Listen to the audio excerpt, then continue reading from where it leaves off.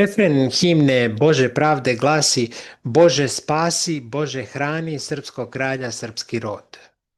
U stvarnosti mnogo ljudi umjesto hrani peva brani. Ova zamena u značinskim posljedicama nije pogrešna, vidjet će se docnije, ali postavlja se pitanje šta znači to hrani i da li Srbi mole Boga da im pruži parče leba ili je posredi nešto drugo.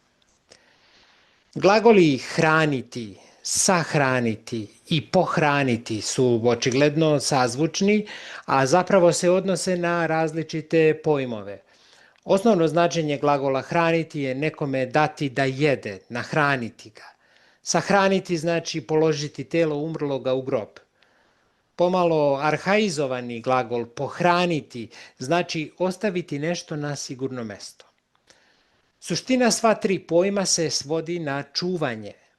Hrani se hranom, onim što se čuva da se ne bi pokvarilo i da bi se mogle planirati potrebe.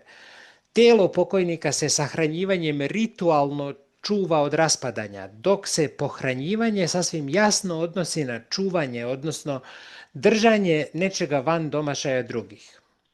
Na dubljem nivou značenski nosilac je vezan za zakopavanje, zatrpavanje, odnosno nagrtanje zemlje.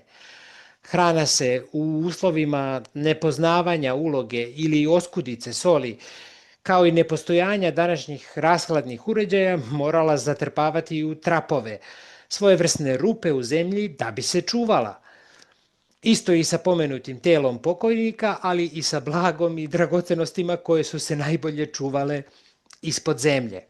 Hraniti, sahraniti i pohraniti znače čuvati, sačuvati.